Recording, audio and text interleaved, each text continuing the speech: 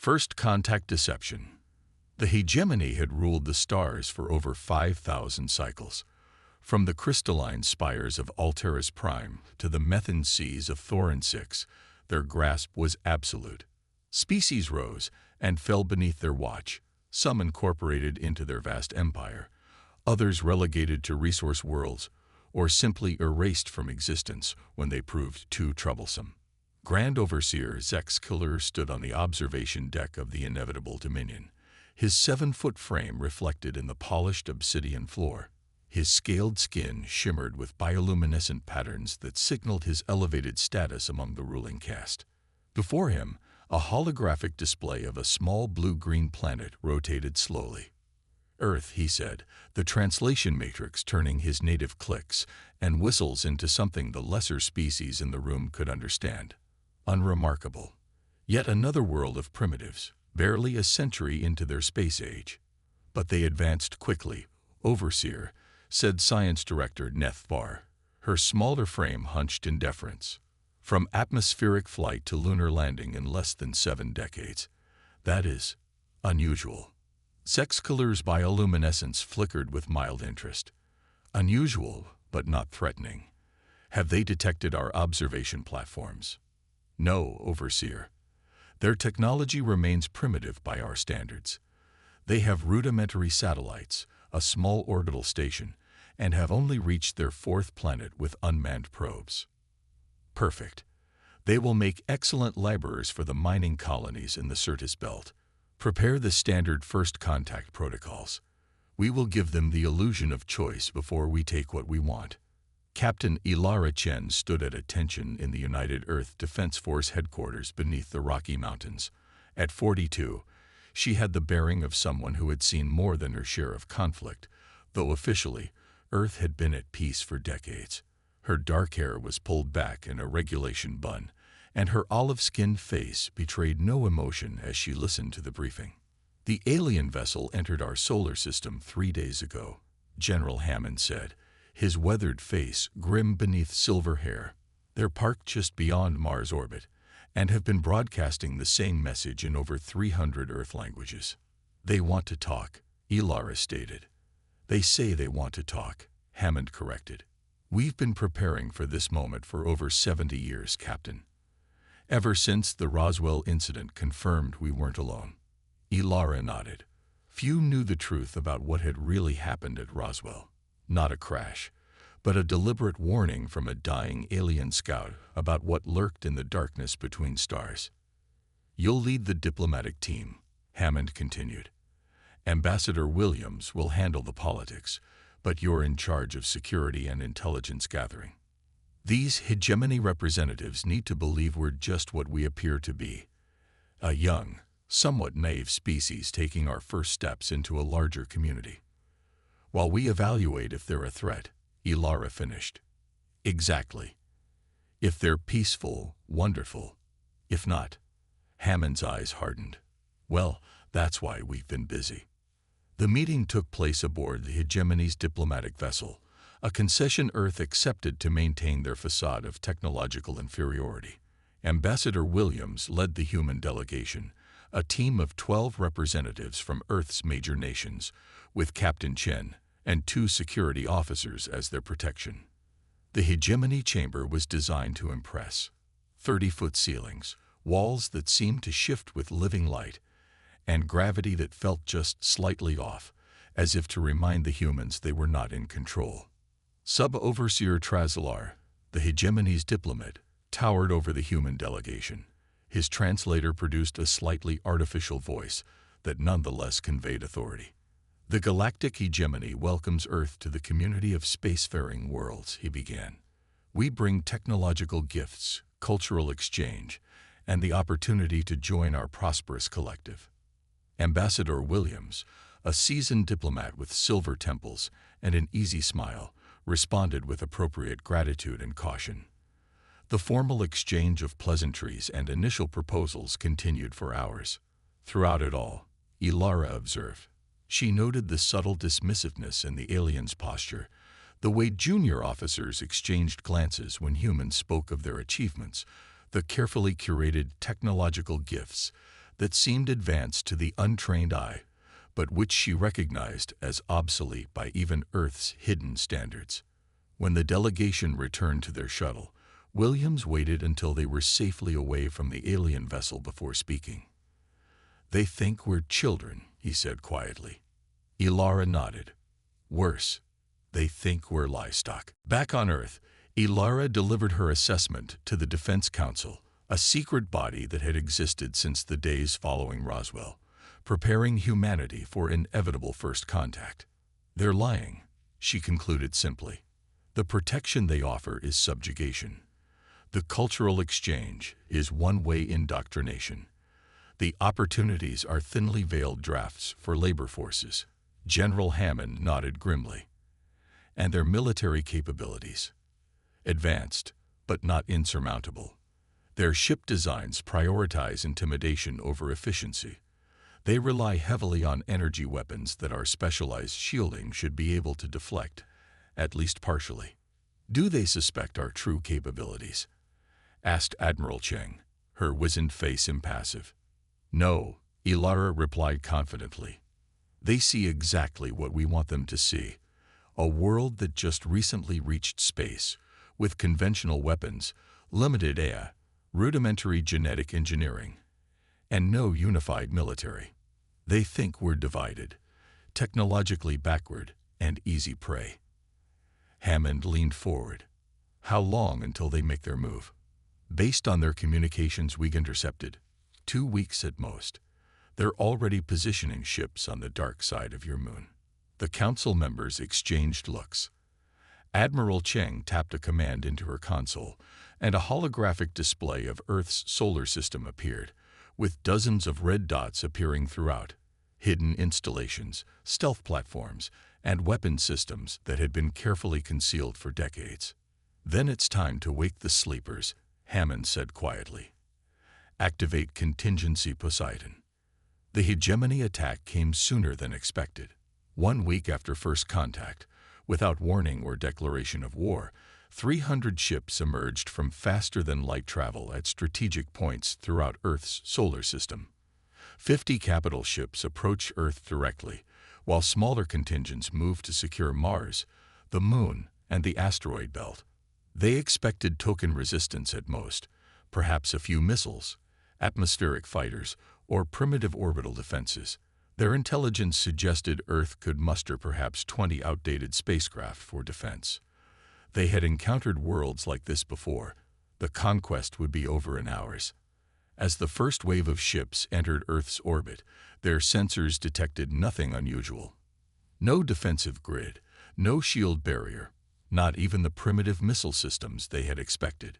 Just commercial satellites and the small International Space Station, its occupants evacuated days earlier under the guise of a maintenance cycle. Sub-Commander Dreskar of the assault carrier Unyielding Dominance felt disappointed. He had hoped for at least some resistance to break the monotony. "Commence planetary bombardment," he ordered. "Standard pattern, civilian infrastructure first. Break their will quickly." The first salvo of energy weapons discharged from the hegemony ships, lancing down toward major cities around the globe. But something unexpected happened. The beams never reached the atmosphere. Instead, they dissipated against invisible barriers that suddenly shimmered into existence, absorbing the energy completely. Dreskar stared in disbelief at his tactical display. "Impossible," he muttered. "Scan again. They don't have shield technology."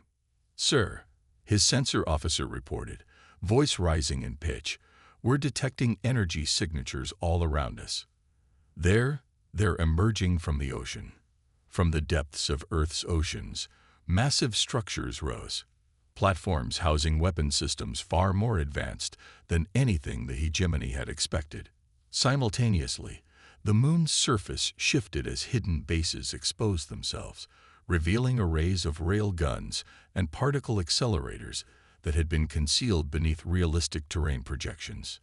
Even more shockingly, Mars, supposedly untouched except by rudimentary rovers, revealed an entire network of underground facilities as portions of the planet's surface slid open like massive doors. "This is General Michael Hammond of the United Earth Defense Force," came a transmission on all frequencies. Your aggression against our world will not be tolerated.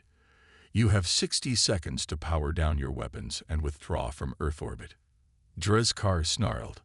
All ships, intensify bombardment. Break through their defenses.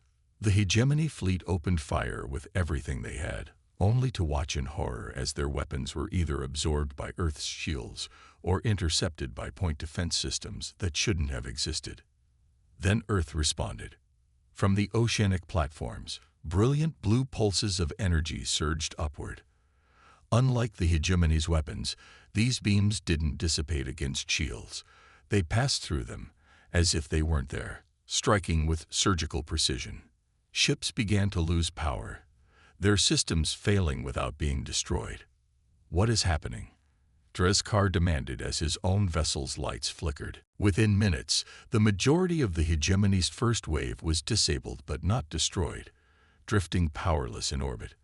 Only the command vessels at the rear of the formation remained operational, protected by their distance. On the bridge of the inevitable Dominion, Grand Overseer Zexkiller watched in cold fury as the tactical display showed his invasion force neutralized. How is this possible? He demanded. Their technology was assessed at barely interplanetary level. Science Director Nethvar worked frantically at her console. Overseer, I'm detecting quantum signatures unlike anything in our database. Their weapons aren't just advanced. They operate on principles we haven't encountered before.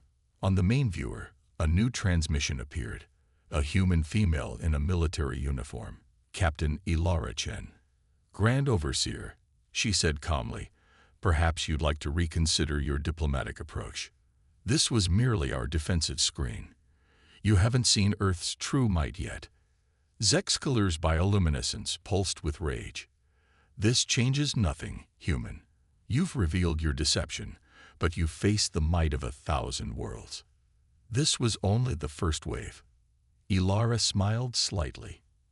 And we've only shown you our first line of defense. The real army hasn't even arrived yet. The transmission cut, leaving the hegemony leadership in stunned silence as they watched recovery vessels begin to collect their disabled ships, not to destroy them, but seemingly to tow them to the moon. Zexkiller turned to his war council. Prepare the Grand Armada. All available ships. This primitive world has made a grave mistake. But for the first time in his centuries-long life, a flicker of doubt crossed his mind. What else were these humans hiding? In the command center beneath the Rocky Mountains, Ilara Chen stood before the Defense Council. On the main screen, they watched as Earth's specialized tractor beams gathered the disabled hegemony vessels. First phase complete, she reported. Minimal casualties on both sides. Their remaining ships have retreated beyond lunar orbit to regroup. General Hammond nodded in satisfaction. And our analysis of their technology? Exactly as expected based on the Roswell warning. Advanced by public standards, but nothing we haven't prepared for. What's their next move? Admiral Cheng asked. They'll be back, Ilara said with certainty. With everything they have. This isn't just about conquest anymore. It's about pride. We humiliated them. Hammond's expression grew serious. Then it's time for Phase 2. Activate the Jupiter contingent. Ilara nodded, her mind already racing with preparations. The hegemony thought they'd seen Earth's defenses, but they hadn't seen anything yet. The real surprise was yet to come. In the darkness of space, on the far side of Jupiter, humanity's true fleet waited silently. Ships built over decades in secret, incorporating technologies reversed engineered from the Roswell craft and enhanced by human ingenuity. Thousands of vessels, crewed by soldiers who had trained their entire lives for this moment, hidden from Earth's own population and from any prying alien eyes.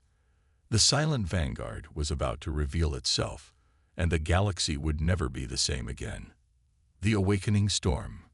Grand Overseer Zexkiller stood before the Hegemony High Council, 12 ancient beings who rarely emerged from their life extension chambers. Their withered forms, sustained by technology beyond even most hegemony citizens' understanding, seemed to float in their nutrient baths. Their eyes, however, burned with the same cold intelligence that had directed conquest across 3 spiral arms of the galaxy. "Explain this failure," the first voice rasped, its words bypassing verbal communication and resonating directly in Zexkiller's mind. "The humans deceived us," Zexkiller replied, fighting to maintain composure. "They presented a false technological front. Our initial assessment was incorrect." "Incorrect." The third voice cut in with disdain. "You were outsmarted by primitives.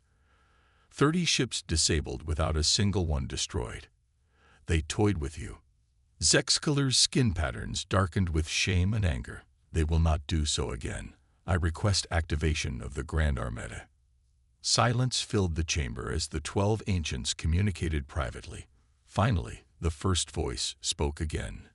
"Granted. Take the Grand Armada. Take the Worldbreaker. This deception cannot stand. Earth must be subjugated or destroyed. Either outcome is acceptable." Commander Vraxis of the Hegemony's elite Dominion Corps reviewed the battle plans with cold precision. A veteran of 17 planetary subjugations, he had never failed in his duty. Unlike Zexkiller, he did not underestimate enemies based on appearances. Analysis of the human defensive capabilities. He asked his intelligence officer. "Their shield technology appears to operate on quantum principles rather than energy dispersion," the officer reported. "Their weapon systems are precise and seem designed to disable rather than destroy. This suggests either remarkable confidence or limited destructive capability." Vraxis nodded slightly. "And their numbers?" "We've identified approximately 200 defensive platforms across their planet, lunar surface, and the Mars colony. No significant spacecraft beyond low-orbit shuttles." "Then where are their ships?" Vraxis mused. "No species develops this level of defensive technology without also building an offensive fleet. Perhaps they truly are merely defensive," his second-in-command suggested. "Some species evolve without expansionist tendencies." Vraxis' 4 eyes narrowed. "No, they're hiding something. But it won't matter. The Grand Armada will overwhelm any defense." And indeed, it was an overwhelming force. 5,000 warships gathered at the edge of Sol's Heliopause, the largest single fleet the Hegemony had assembled in 3 centuries. At its center loomed the Worldbreaker, a vessel 17 kilometers long with enough firepower to crack a planet's crust. "We attack in formation dominance prime," Vraxis commanded. "All ships will execute simultaneous FTL exit at designated coordinates. Maximum shield power. No mercy." In the command center beneath the Rocky Mountains, Captain Ilara Chen watched as the quantum detection array tracked the gathering Hegemony fleet.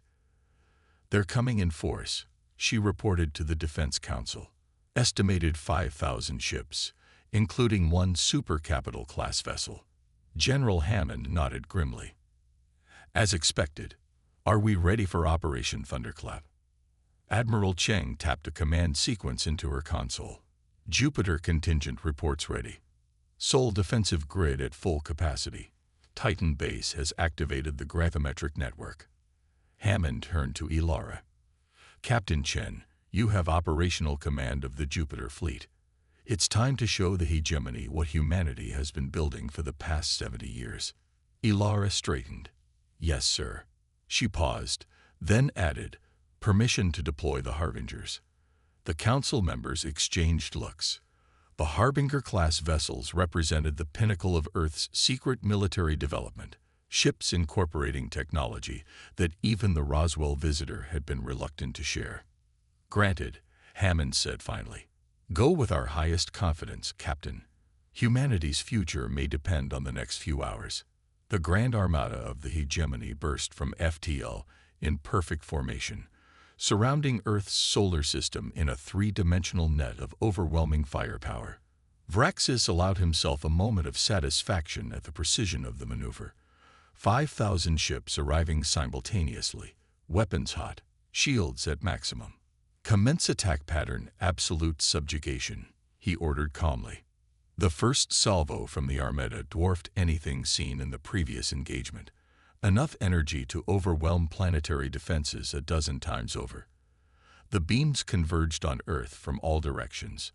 Once again, Earth's shields held, but this time they visibly strained against the onslaught. Energy bleed-through manifested as aurora displays across the entire planet. Their defenses are failing, Vraxis noted with satisfaction.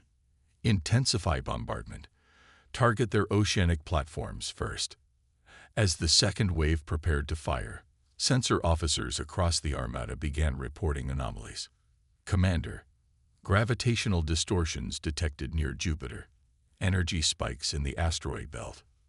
Unknown signatures emerging from Saturn's rings. Vraxis' tactical display suddenly bloomed with red warning indicators as the human counterattack began, not from Earth, but from the outer system. From behind Jupiter, hundreds of vessels emerged, sleek, angular ships unlike the utilitarian defenses the hegemony had encountered in Earth orbit. They moved with impossible agility, their drive signatures confounding hegemony sensors.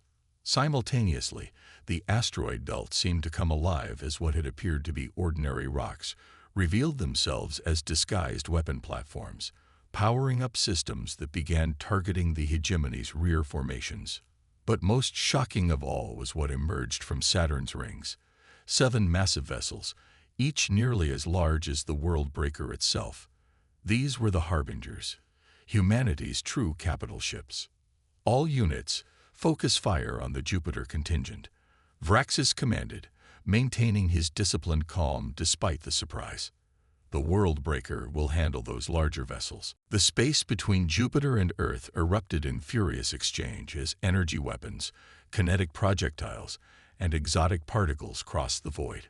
The hegemony's numerical advantage was clear, but the human vessels displayed technology that defied conventional tactics. Earth's ships moved in unpredictable patterns, sometimes seeming to blink out of existence momentarily before reappearing elsewhere. Not true FTL travel, but some form of short-range spatial displacement that made them nearly impossible to target effectively. More disturbing to the hegemony commanders was how the human vessels anticipated their attack patterns, as if they somehow knew hegemony battle doctrine intimately. Aboard the Harbinger-class vessel Defiance, Captain Ilara Chen directed Earth's counterattack with practiced precision. Around her, the bridge crew, hand-selected from the best of Earth's hidden space force, executed their duties with the confidence of people who had trained their entire lives for this moment. Tactical, deploy the Aegis swarms against their destroyer formations, she ordered. Navigation, execute phase shift pattern Delta on my mark. Lieutenant Commander Jackson, her second-in-command, studied the tactical display. Their flagship is moving to engage us directly. Ilara nodded. As expected, they can't ignore a direct challenge to their technological superiority. She opened a channel to the other Harbinger commanders. Execute Operation Thunderclap. Full spectrum deployment. Across the battlefield, the 7 Harbinger vessels moved into formation. From each massive ship, smaller craft began to emerge, not conventional fighters, but autonomous combat platforms guided by advanced AI systems. Thousands of them swarmed outward, targeting specific vulnerabilities in the hegemony vessels that human intelligence had identified decades ago from the Roswell data. The World Breaker fired its main cannon, a beam of concentrated energy that could fracture small moons. The Harbingers didn't attempt to evade. Instead, their hulls seemed to absorb the energy, glowing briefly before redirecting the power to their own weapon systems. Impossible. Vraxis shouted as he watched the human flagship survive what should have been a fatal blow. What are they? The battle raged for hours across the solar system. The hegemony's numerical advantage slowly eroded as Earth's hidden technologies proved more than a match for their conventional warfare doctrine. The tide turned definitively when the Harbingers activated their gravity manipulation systems, technology reverse-engineered from the Roswell craft, but enhanced beyond what even its pilot had thought possible. Space itself seemed to warp around the hegemony formations, crushing entire squadrons as local gravity intensified 1,000-fold. On the World Breaker's command deck, Vraxis received increasingly desperate reports from his fleet. Dorsal Quadrant has lost 30% of its vessels. The human swarm platforms are breaching our point defense networks. We've lost contact with the entire Krell formation. Finally, the unthinkable happened. The 7 Harbingers surrounded the Worldbreaker, creating a gravimetric prison from which not even light could escape. The mighty vessel, pride of the hegemony, found itself completely immobilized. A transmission cut through the hegemony command frequencies. Captain Ilara Chen's face appeared on Vraxis's main viewer. "Commander Vraxis, your fleet is defeated. The Worldbreaker is neutralized. Stand down, or we will be forced to demonstrate capabilities far beyond what you've witnessed today." Vraxis snarled, "You bluff human. Even with your hidden technology, you cannot hope to stand against the full might of the hegemony. What you've seen is merely a fraction of our total force." Ilara's expression didn't change. "Perhaps, but there's something you should know about humans, Commander. Something the Roswell messenger warned us about your kind." Vraxis froze. The Roswell messenger. 70 years ago, a ship crashed on our world, Ilara explained calmly. Not by accident, but by design. Its pilot was dying, but lived long enough to warn us about the hegemony, about your pattern of conquest, about your technologies, about your weaknesses. We've been preparing ever since. The commander's expression shifted from shock to understanding. "The heretic scout, we thought it was destroyed in an accident." "No accident," Ilara confirmed. "A deliberate sacrifice to warn a young species about the threat lurking among the stars. We've spent 7 decades building our defenses, hiding our true capabilities, and developing technologies specifically designed to counter yours." Vraxis slumped slightly. "You knew we were coming all along." "We've been waiting for you," Ilara corrected. "And we're done hiding." In the aftermath of what would later be called the Battle of Sol, the remnants of the Grand Armada retreated beyond the heliopause. The Worldbreaker remained in Earth's possession, its command crew taken into custody, its technologies already being studied by eager human engineers. In the command center beneath the Rocky Mountains, the Defense Council convened to discuss their next steps. "The hegemony will return," Admiral Cheng warned. "They've ruled too long to accept defeat easily." General Hammond nodded. "But not soon. Our intelligence suggests their council is in disarray. We've shattered their sense of invulnerability." "Which gives us time," Ilara added. "Time to establish contact with other subjugated species, to build alliances, to prepare for what comes next." "What does come next, Captain?" Hammond asked. Ilara looked at the holographic display showing the damaged but intact Earth fleet. "We stop hiding. The Roswell messenger didn't just warn us about the hegemony. It believed humanity could be the catalyst for change in the galaxy. That our adaptability, our ingenuity, our determination could inspire others to resist." "You're talking about taking the fight to them," Admiral Cheng said, not as a question. "I'm talking about liberation," Ilara clarified. "The hegemony rules through fear and the belief that resistance is futile. We've proven otherwise." Hammond considered this, then nodded slowly. "Very well. Prepare a diplomatic corps to make contact with potential allies. And Captain," he paused, meeting her gaze directly, "prepare the fleet for deep space operations. On the bridge of the Defiance, now repaired and upgraded with technology harvested from captured hegemony vessels, Captain Ilara Chen addressed her crew. Behind her, through the viewport, Earth grew smaller as they prepared for their first jump beyond the solar system. "For 70 years, humanity prepared in silence," she said. "We built our defenses, developed our technologies, and waited. The hegemony thought they were the hunters, but we were never prey." She gestured to the stars beyond. "Out there are thousands of worlds suffering under hegemony rule. Species who couldn't do what we did. Prepare, adapt, resist. They need to know that the hegemony isn't invincible." Lieutenant Commander Jackson stood at her side. "Will they join us?" after centuries of conditioning to fear the hegemony. Ilara smiled slightly. They might not believe it's possible, at first, but we'll show them. That's what humans do best. We defy expectations. She turned to her navigation officer. Set course for the Arcturus system. Intelligence indicates the resistance there is already substantial. They just need a spark.